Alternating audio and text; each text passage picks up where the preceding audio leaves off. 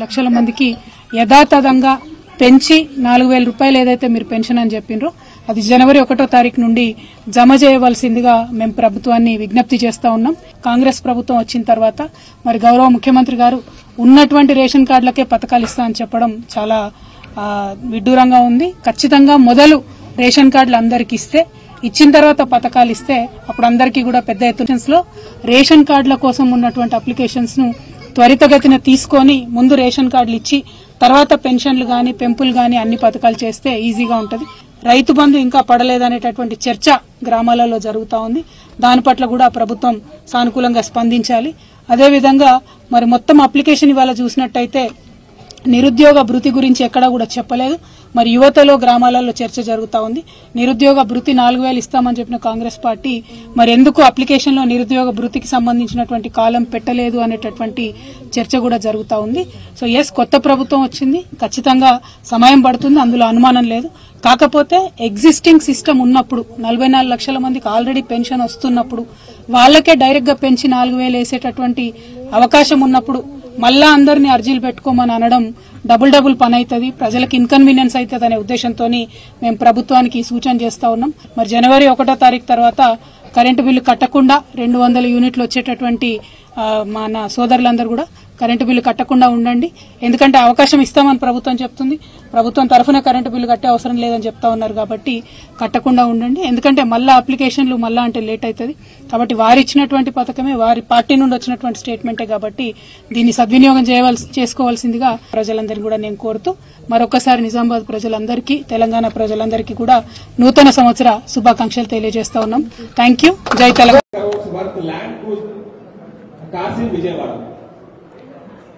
ఒక విషయం దయచేసి అందరు గమనించాలి. గౌరవ ముఖ్యమంత్రి గారైనా గౌరవ మంత్రివర్యులైనా యావత్ ప్రభుత్వం ఎప్పుడైనా సరే వాళ్ళ సెక్యూరిటీ అనేటటువంటిది పోలీస్ వాళ్ళు ఇంటెలిజెన్స్ వాళ్ళు చూసుకుంటారు. ఎవరు కూడా మాకు ఇన్ని కార్లు కావాలి ఇంత సెక్యూరిటీ ఉండాలని ప్రజాప్రతినిధులు కోరరు. సెక్యూరిటీ వాళ్ళు ఇంటెలిజెన్స్ వాళ్ళు చూసి సజెస్ట్ చేస్తారు. అదేవిధంగా సజెస్ట్ చేసినటువంటి వాళ్ళు కాన్వాయ్ని ఎట్లా బిల్డ్ చేయాలి ఎక్కడ బిల్డ్ చేయాలి అనేటటువంటి అంశాన్ని సీక్రెట్ గానే ఉంచుతారు ఎప్పుడైనా కూడా. ఎందుకంటే థ్రెట్ ఉంటుందనే సెక్యూరిటీ ఉంటుంది. సో ఆటోమేటిక్ గా ఎక్కడో వాళ్ళు పెట్టి దానికి కావాల్సినటువంటి ఫెసిలిటీస్ అన్ని కూడా క్రియేట్ చేసినట్టున్నారు. అవసరమైనప్పుడు తెచ్చి వాడతారు. అవన్నీ మనకు కూడా చెప్పారు కదా, సీఎం గారికి కూడా చెప్పకుండా చాలా ఇంటెలిజెన్స్ వాళ్ళు చేసేటి ఉంటాయి. మరి ఇప్పుడున్నటువంటి సీఎం గారు ఏమన్నా ప్రత్యేకంగా కోరుతున్నారేమో నాకు తెలియదు కానీ గత 10 ఏళ్లుగా మేము ఎప్పుడు కూడా ఇంత సెక్యూరిటీ ఉండాలి అంత సెక్యూరిటీ ఉండాలని కోరలేదు. ఇంటెలిజెన్స్ వాళ్ళు పోలీస్ వాళ్ళు ఇట్లా సెక్యూరిటీ ఇది ఫెసిలిటీ అంటారు, వాళ్ళు చేస్తారు. దానికి తగ్గ బడ్జెట్ వాళ్ళకు ఉంటుంది. దానిలో పెద్ద అంశం చేసి దాని మీద వెటకారంగా మాట్లాడటం, ఏదో సీక్రెట్ గా విజయవాడలో దాచుకున్నాం, అవి ఏడ తయారవుతుందో ఎవరికి తెలియదు, ఏడ దాచి పెడతారో ఎవరికి తెలియదు. ఎగ్జాక్ట్లీ బీపీ ఆడ తయారవుతుంది. అదే అంటున్నా కదా, మనకి ఏం తెలిసిపడే పోలీసు వాళ్ళు ఇంటెలిజెన్స్ వాళ్ళు చేస్తారు జనరల్ గా. దాన్ని పెద్ద ఇష్యూ చేసి అదేదో దాచుకున్నాం అన్నట్టుగా గౌరవ ముఖ్యమంత్రి గారు మాట్లాడడం నిజంగా వారి గౌరవాన్ని తగ్గిస్తుంది తప్పితే ఇంకొక అంశం కాదు. Ultimately protocol of any CM is decided by the security wing and intelligence and the police. There is no role of politicians in that. It was decided like that. It is unfortunate that the current CM thinks so, but it is not the case. దాసోజన్న ఇద్దరు పెద్ద పెద్ద ముచ్చట్లు చెప్పిండ్రు. ప్రతిపక్షంలో ఉంటే గాని గుర్తు రాలేదు ప్రజలు అనడానికి. ఇంకో 20 ఏళ్లు మీరు ప్రతిపక్షంలో కూర్చోవాలని ప్రజలు తదాస్తు దేవతల్లాగా దీవించాలని కోరుకుంటున్నా. పాపం ప్రజల్లోకి వెళ్ళిందంట కవితక్క. ప్రజల్లోకి వెళ్తే ఆమె పెన్షన్ల గురించి అడుగుతున్నారంట, రేషన్ కార్డుల గురించి అడుగుతున్నారంట. రేషన్ కార్డుల గురించి శుద్ధులు మీరే చెప్పాలమ్మా. 10 ఏళ్ల నుంచి ఒక్క కొత్త రేషన్ కార్డు ఇవ్వలేదు. కాంగ్రెస్ ప్రభుత్వం రాగానే కొత్త రేషన్ కార్డుల అమలు పరుస్తాము, 28వ తారీఖు నుంచి దరఖాస్తులు ఇచ్చుకోవచ్చు అని కాంగ్రెస్ ప్రభుత్వం రాగానే 20 రోజులలో కొత్త రేషన్ కార్డుల పథకాన్ని అమలు పరుస్తూ ఉంటే ఇప్పుడు వచ్చి ఏమైంది జాప్యం చేస్తున్నారా అని అడుగుతుంది. జాప్యం అంటే 20 రోజులకు జాప్యం అంటే 10 ఏళ్లకు ఏమనాలో నాకు తెలియదు కానీ అందుకే మీరు ప్రతిపక్షంలో కూర్చున్న తదాస్తు దేవతలు ఉన్నారు. మీరు చేసినటువంటి పనులకు మీరు ఆనే కూర్చోవాలి. 2% ఓటు కాదు, 49 వచ్చినాడు ప్రతిపక్షంలో, 51 వచ్చినాడు ప్రభుత్వంలో కూర్చుంటారని అందరికీ తెలిసినటువంటి విషయమే. కవితమ్మ ఇప్పుడన్నా ప్రజల మధ్యలో నీ కవితమ్మ సెస్ వసూలు చేసుడు బంద్ చేసి ప్రతిపక్షాల దగ్గర ఉన్నటువంటి సమస్యల్ని అడిగి తెలుసుకో. మా దృష్టికి తీసుకొనిరా, మా ప్రభుత్వము అధికారుల దృష్టికి తీసుకొనిరా. ఇలానే పనిచేయాలని మేము కోరుకుంటున్నాం. ప్రతిపక్షంలో ఉన్నప్పుడు తిరగండి, ప్రజల మధ్యలో తిరగండి. మీ నాయన ఫామ్ హౌస్ లా, నువ్వు బుర్జు ఖలీఫాలా, మీ అన్న ఇంకో ఫామ్ హౌస్ లా, లేకపోతే అమెరికాలో ఉండడం కాదు. మీరు ఒక్కొక్క ఫామ్ హౌస్ లో నుంచి బయటకు వచ్చి ఒక్కొక్క గ్రామాన్ని తిరగండి. మీరు గతంలో 10 ఏళ్లు ఏమేమి నష్టపరిచిండ్రో ప్రజలు మీకు వివరంగా చెప్తూ ఉంటారు, దాన్ని వినండి. ఇంకా ఏమైనా సమస్యలు ఉంటే మా దృష్టికి తీసుకురండి. మా ప్రభుత్వం, మా ముఖ్యమంత్రి గారు, మా నాయకులు అందరూ కూడా రెడీగా ఉన్నారు వినడానికి, సమస్యల్ని పరిష్కరించడానికి. మీ అన్న మీ బావ ఇద్దరు మాట్లాడింది విన్నావు కదా, సమయం ఇచ్చింది కాంగ్రెస్ పార్టీ. మీ నాయన మీ అన్న మీ బావ ఎన్నడూ కూడా ప్రతిపక్షాన్ని మాట్లాడనీయలేదు. ఇష్టం వచ్చినట్ల బిల్లులు శాంక్షన్ చేసుకున్నారు, బిల్లులు పెట్టుకున్నారు, జీవోలు పాస్ చేసుకున్నారు అసెంబ్లీలో. ఇది కాదు కాంగ్రెస్ చేసేది. అన్ని సమస్యలు ఉండేది, అన్ని సమస్యలకు పరిష్కారం చేస్తుంది. 20 రోజులే అయింది. మీ నాయనేమో 2014 నుంచి 18 వరకు అప్పుడే పుట్టిన పిల్ల, అప్పుడే పురుడు పోసుకున్న బిడ్డ అన్నాడు. 20 రోజులకే ఇదేందో జాప్యం అంట. ఎవరు చెప్పినమ్మా? మీరు 1వ తారీఖు పెన్షన్ 4000 వేసింటారా? పోను 2000 అన్నా వేసిండ్రా? వేయలేదు. ఆ 2000 తర్వాత వచ్చేది 1వ తారీఖు. అప్పుడు మేము వేస్తామో ఏమో 1వ తారీఖు అయినప్పుడు కదా నువ్వు ప్రశ్నించాలి. అప్పుడే జాప్యం అంటే ఎట్లా? మేమేమన్నా కొత్త రేషన్ కార్డులకు మళ్ళీ పాత రేషన్ కార్డులు ఉన్న వాళ్ళకి మళ్ళీ అప్లికేషన్లు పెట్టుకోమని ఎక్కడన్నా మేము చెప్పినట్లు నీకు కనబడిందా? ఏరేస్తాము. ఏవైతే తప్పులు తడకాలు ఉన్నాయో, ఏవో అయితే అర్హులు లేరో వాళ్ళే ఏరేస్తాం, అంతేగాని ఏంటి ఉన్నాయి తీసేస్తాము, కొత్త అప్లికేషన్లు పెట్టుకోమని ఎవరికి చెప్పలేదు. డబుల్ బెడ్రూమ్ ఇళ్ల కోసం మీరు తీసుకున్న అప్లికేషన్లు క్యాన్సిల్ చేసి ఇందిరమ్మ ఇళ్ల కోసం పెట్టిస్తున్నాం, అంతే తప్పించి మీరు అనని మాటని ప్రజల్ని కన్ఫ్యూజ్ చేయకండి. ప్రజల్ని మేము ఇచ్చిన హామీలు నెరవేరుస్తామని ప్రజలకు తెలుసు. ప్రజల దగ్గర మీరు పోయి వాళ్ళని కన్ఫ్యూజ్ చేసి మైండ్ డైవర్షన్ చేయకండి. కాస్త 2-3 రోజులు ఓపిక పట్టమ్మా, అన్ని అయిపోతాయి. అయిపోయినాక నీకు మాట్లాడడానికి ఏముండదు. ఇంకా కొత్త సమస్యల్ని చెప్పు. మీ కాళేశ్వరం సమస్యలు చెప్పు, లేకపోతే ధరణిలో చేసినటువంటి సమస్యల్ని చెప్పు. అవి కూడా మేము క్లియర్ చేయడానికి రెడీ ఉన్నాం. అధికారులకు శాసించడం జరిగింది. వాళ్ళు ఆల్రెడీ ఒక కమిటీ వేసుకుని మీరు చేసినటువంటి అవినీతి మీద విచారణ చేయడానికి రెడీగా ఉన్నారు. కమిటీ మీద మాట్లాడదాం, చర్చలో కూర్చుందాం కదా. ప్రజల గురించి మేమున్నాం, పట్టించుకుంటాం. ఓన్లీ వివరాలు చెప్పండి, మేము చేయాల్సిన అన్ని చేస్తుంటాం. అదేవిధంగా దాసోజీ కావడి గురించి చెప్పాలనుకున్నా. పవన్ ఒక నెల రోజుల నుంచి గైబైపోయింటే గబుక్కున్న మళ్ళీ వచ్చిండు. సోదరా, కాంగ్రెస్ గురించి మాట్లాడేటప్పుడు కాంగ్రెస్ ఉప్పు తినిపోయినాడు, గది గుర్తుంచుకో. ఎవరి మెప్పు పొందాలనో ఏమో చెయ్యాలనో, ఎమ్మెల్సీ వస్తదేమో, ఒక్క ఎమ్మెల్సీ బాగున్నది బీజేపీ బీఆర్ఎస్ లో, అదొకటి నీకేమన్నా వస్తుందని గిట్ట కేసీఆర్ చెప్పినట్లు వాడుతున్నామేమో గానీ ఆ పాటకు కొంచెము జవాబులు చెప్పడానికి మేము మస్తు మంది రెడీగా ఉన్నాము. నెలకు ₹1,00,000 ఆదాయం వచ్చేటోనికి 24 కోట్ల ఆస్తులు ఎక్కడి నుంచి వచ్చినాయి అనంట. మరి మీ కేటీఆర్ చెప్పిన ఆస్తుల వివరాల గురించి మాట్లాడాలి కదా సోదర. మేము ఆస్తుల్ని పెంచినాము, మేము రెవెన్యూని పెంచేసినాము అని చెప్పిండు. ఆనాడు ఉన్నటువంటి ఆస్తుల విలువలు ₹1000 గజం ఉన్నాయి, ఈ రోజు 3 లక్షల గజం లెక్కేసేసి ఈ రోజు మేమంతా వనరుల్ని పెంచేసినాము అన్నాడు. గట్లనే ఉంటది కదా ఎవరి ఆస్తి అన్న. జూబ్లీ హిల్స్ లో ఇల్లు వాళ్ళ అత్తగారు ఇచ్చింది.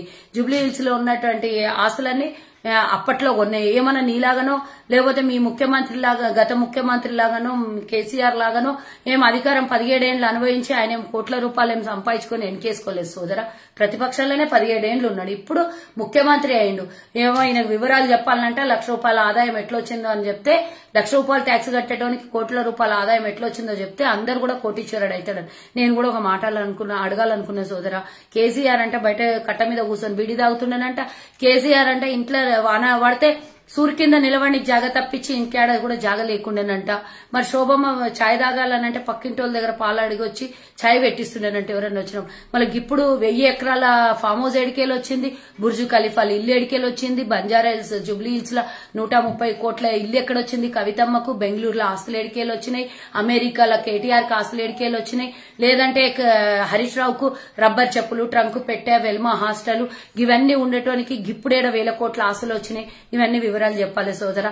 అడగాలి, అడిగేటప్పుడు అడగాలి, చెప్పేటప్పుడు చెప్పాలి. మీ వివరాలు కూడా తీయాల్సినటువంటి సమయం కూడా దగ్గర పడ్డది కదా సోదరా. ఇవన్నీ 24 కోట్ల ఆస్తి గురించి అడిగితే 24,000 కోట్లు, 2.5 లక్షల కోట్ల దోపిడీ చేసింది కూడా అంతా తీయడానికి రెడీగా ఉన్నారు. నువ్వు ప్రతిపక్షంలో ఉన్నావు ప్రశ్నిస్తే అధికారంలో దోపిడీ చేసింది నిన్ను ప్రశ్నించాలనుకుంటున్నావు. ఆ పంచన చేరి ఆ పాట మాట్లాడు, ఇంకో పంచన చేరి ఇంకో మాట మాట్లాడు కాదు. కనీసం నువ్వు ఏదో ప్రెస్ ముంగల కూర్చొని నాకు వ్యూస్ వస్తాయి, నాకు నా ఫేస్బుక్ కి రేటింగ్ పెరుగుతుంది అని నువ్వు పిచ్చి పిచ్చి వేషాలు వేసి ఈ రోజు ముఖ్యమంత్రి గారిని ఏదైనా వివరాలు అడిగేటప్పుడు లెక్కలు పత్రాలు తీసుకొని మాట్లాడు. ఆయన ఏం దొరకలేదని ఆయన అఫిడవిట్ లో పెట్టిన దాని వివరాలు తీసుకొని వచ్చి ఈ రోజు ప్రెస్ మీట్ లో కూర్చున్నావు. అసలు నీకు అసలు అడిగడానికి అర్హత లేదు. అసలు గా ప్రశ్నలు ఏమన్నా ప్రశ్నలా? ఒక ముఖ్యమంత్రి గురించి మాట్లాడేటప్పుడు ఆయన ఏమన్నా ముందేమన్నా అధికారంలో ఉండే ఏమన్నా సంపాదించండి, అధికారంలో ఏమన్నా కోట్ల రూపాయలు దోపిడీ చేసిండా? అవును, ఆయన చేసిండు కదా, వ్యాపారం చేసుకున్నాడు. ఆయన రియల్ ఎస్టేట్ చేసిండు, కన్స్ట్రక్షన్స్ చేసిండు, అవన్నీ ఇట్లా సంపాదించుకున్న ఆస్తులు ఉన్నాయి. ఇప్పుడు కడుతున్న వివరాల గురించి ఇచ్చిండు కదా నీకు. భార్య వివరాలు తన వివరాలు ఇచ్చిండు. గౌటి గురించి తెలియదా ఎవరికన్నా లెక్కలు? నువ్వు మళ్ళీ కొత్తగా అడుగుడేంది? ఇప్పుడు ఇకపోయే రాబోయే కాలంలో ఆయన ఆస్తుల వివరాలు ఎట్లా పెరిగినాయి అని రేపు పొద్దున కాలంలో అడిగితే దానికి సమాధానం చెప్తారు. నిన్న కాదు మొన్న ఎక్కిండు, గప్పుడే కోట్ల రూపాయల విలువల గురించి నువ్వు మాట్లాడుతున్నావు, ₹1,00,000 ఇన్కమ్ ట్యాక్స్ కట్టేటోడు. ఫస్ట్ మీ వివరాలు తీయండి బయటికి, మీ ఆస్తుల లెక్కలు తీయండి. ఈ రోజు 7 లక్షల కోట్ల అప్పు తెలంగాణ మీద ఎట్లా చేసిండ్రు, మెగారెడ్డి మీకు ఎట్లా ఇచ్చిండు, మెగా కృష్ణారెడ్డి ఏడికేలు వచ్చినాయి ఇచ్చిండు, ఎట్లా కాళేశ్వరం ప్రాజెక్టు మీద ₹1,000 కోట్ల లక్షల కోట్ల రూపాయలు దోపిడీ చేసిండ్రు. ఇవన్నీ వివరాలు అడగడానికి ప్రజలు సిద్ధంగా ఉన్నారు, అధికారులు రెడీగా ఉన్నారు. మీకు ఊచలు బిగుసుకుంటున్నాయి, దగ్గరలో త్వరలోనే ఉన్నాయి. కాబట్టి ఇంకా ఇవన్నీ డైవర్షన్ చేసి కాంగ్రెస్ పార్టీ ఇచ్చిన హామీల్ని నెరవేర్చాలి. లేదు అనంటే కాంగ్రెస్ పార్టీ 7వ తారీఖు అధికారంలోకి వచ్చింది, 9వ తారీఖున పథకాలని అమలు చేయలేదు. రేషన్ కార్డుల గురించి మాట్లాడదామా, నిరుద్యోగ వృత్తి గురించి మాట్లాడదామా, ఉద్యోగాల క్యాలెండర్ గురించి మాట్లాడదామా? అసలు అడగడానికి మీకు నైతిక విలువ ఏడుంది అని అడుగుతున్నా. మేము అన్ని చేస్తాం, నువ్వేం టెన్షన్ పడకు. నీకన్నెక్క మాకు ప్రజల బాధ్యత ఉంది, నీకన్నెక్క పేదల గురించి విలువలున్నాయి మాకు. నువ్వేం ఫికర్ చేయకు. కేసీఆర్కి చెప్పు, రేపు పొద్దున్నో ఎల్లుండో వచ్చి ప్రెస్ మీట్ పెట్టి మాట్లాడమని. నువ్వు మాట్లాడితే ఎవరు అడగరిడా, కానీ అట్లాంటి వాళ్ళు నీకు మాట్లాడడానికి ఉండాలి. నువ్వు ప్రశ్నిస్తే జవాబు చెప్పకపోవడానికి ఇదేమి ఎవరేమి ఇట్లా చేతులు కట్టుకొని కూర్చోలేదు. ఒక్కసారి మీ ముఖ్యమంత్రిని అడుగు, దగ్గర పోయి కూర్చో. ఇప్పుడు ఎట్లన్నా ఖాళీగా ఉన్నాడు కదా, పోయి కూర్చో. నేను ఒకటి అడుగుతా బాపు, కూర్చోబెట్టి అడుగుతా, నీకు చెప్పు. జర 1000 ఎకరాల ఆస్తి ఎడికేలు వచ్చింది, లేకపోతే ఇంకోటి 23 ల్యాండ్ క్రూజర్స్ తీసుకున్నాడంట. మరి మీ పెద్దయిన అడగవా ఒక్కసారి? 3 కోట్ల దాచిపెట్టిండంట విజయవాడలో. అవన్నీ అడగవా ఎందుకు దాచిపెట్టిండు? ఇవన్నీ ఎడికేలు వచ్చినాయి. ముఖ్యమంత్రి జీతం ఎంత, ల్యాండ్ క్రూజర్స్ విలువ ఎంత, ఇవన్నీ ఎందుకు దాచిపెట్టిండు? ఎవరి సొమ్మని దాచిపెట్టిండు? మంది సొమ్ము మంగళవారం అని తీసుకొని పోయి విజయవాడలో దాచిపెట్టిండా? ఏడుకోసమని? ఎక్కడివి ఇవన్నీ పైసలని అడగాలి కదా సోదరా. ఇది కూడా అడుగు. నువ్వు ప్రశ్నించేటప్పుడు అందరినీ ప్రశ్నించాలి. ప్రతిపక్షంగా ఉన్నప్పుడు మీ నాయకుల దగ్గర ఇవన్నీ ఎడికేలు వచ్చినాయి ఒకసారి అడిగితే బాగుంటది. ఇప్పుడే రేవంత్ రెడ్డి గారు చెప్పిండు 23 ల్యాండ్ క్రూజర్స్ దాచిపెట్టిండు, ఒక్కొక్క దాని విలువ 3 కోట్లు, మొత్తం కలిపితే 70 కోట్లు దగ్గర. ఇంకా అది బుల్లెట్ ప్రూఫ్లు చేస్తే వీళ్ళ వర్గానికి 3వసారి ముఖ్యమంత్రి అయితే ఇవన్నీ బయటికి తీద్దాం అనుకున్నాడంటే ఎవరో అధికారం వచ్చి రేవంత్ రెడ్డి గారు చెప్పని చెప్పిండట. మరి రేపు మా అప్ప బయటపడితే ఇవన్నీ దొంగతనం పనులన్నీ కూడా చెప్పు, ఒకసారి మంచిగా ఉంటది.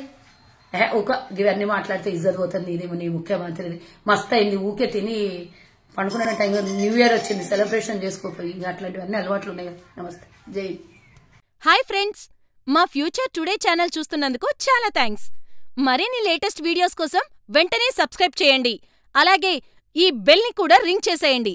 మా లేటెస్ట్ వీడియోస్ నోటిఫికేషన్స్ అన్నీ మీ మొబైల్లో వస్తాయి. మా వీడియోస్ మీకు నచ్చితే లైక్ చేయండి, షేర్ చేయండి, నచ్చకపోతే కామెంట్ చేయండి.